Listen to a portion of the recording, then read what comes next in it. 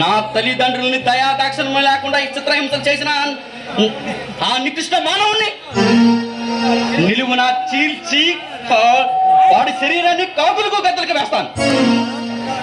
సర్దార్ చెప్పండి, చెప్పండి సర్దార్, వాడు ఎక్కడుంటాడు? వాడి నివాసం ఏంటో చెప్పండి సర్దార్.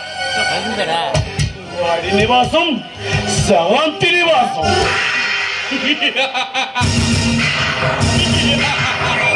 శాంతి నివాసం, శాంతి నివాసం, శాంతి నివాసం అశాంతి నివాసంగా పెరగబోతుంది.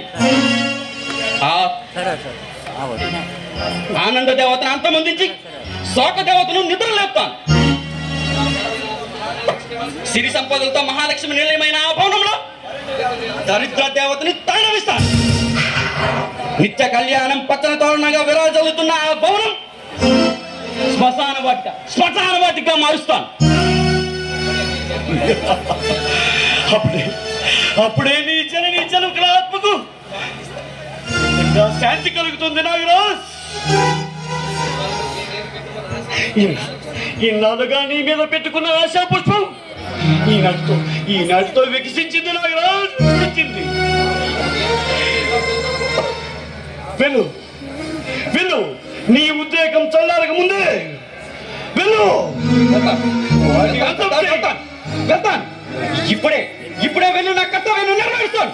వెళ్తాను సత్తాను, వెళ్తాను.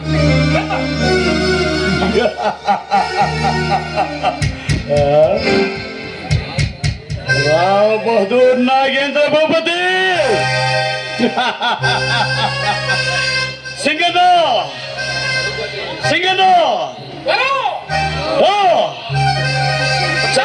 చలపతి తిరుపతిని పిలు.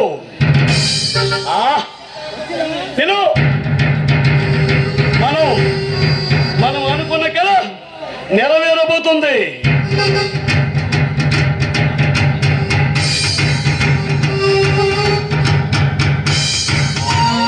నాగేంద్ర భూపతి పని ఈనాటితో అంతరించిపోతుంది.